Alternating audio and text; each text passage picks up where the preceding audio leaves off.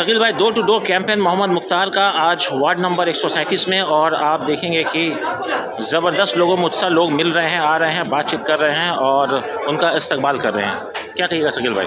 देखिए, यहाँ का जो इलेक्शन है मल्टीपल कॉन्स्टिट्यूंसी का, मोहम्मद मुख्तार कांग्रेस की तरफ से खड़े होकर एकदम एक तरह का टीएमसी सरकार को, टीएमसी के उम्मीदवार को खुला चैलेंज किया है।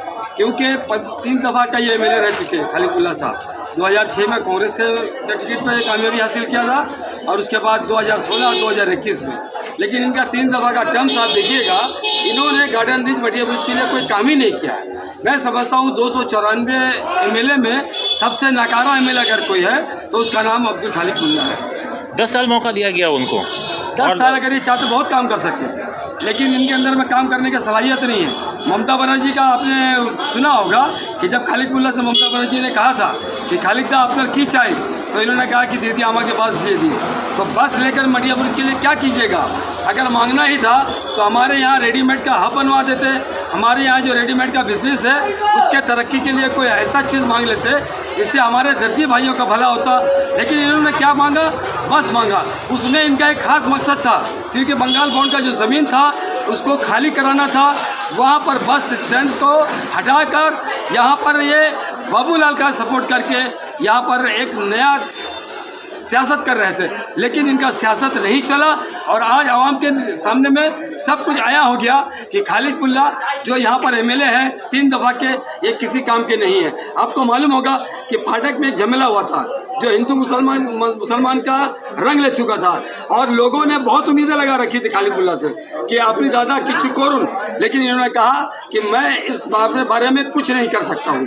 और ऐसा जब एमएलए कहता है कि वो कुछ नहीं कर सकता है तो मैं समझता हूँ कि ऐसे एमएलए को जिताना बहुत बड़ी भूल होगी। और वहाँ पर किससे काम किया? यही मुख्तार ने।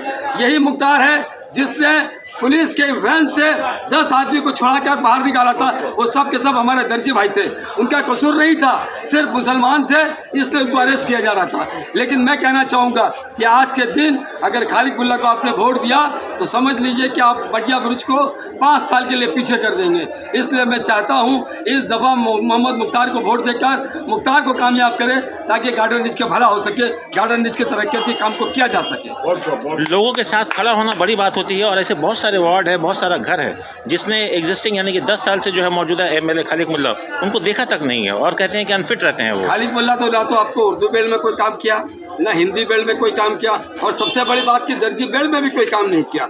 ये सुबह एक बार आते हैं ऑफिस में 1 घंटा के लिए, उसके बाद ये दिन भर अपने घर में आराम करते हैं।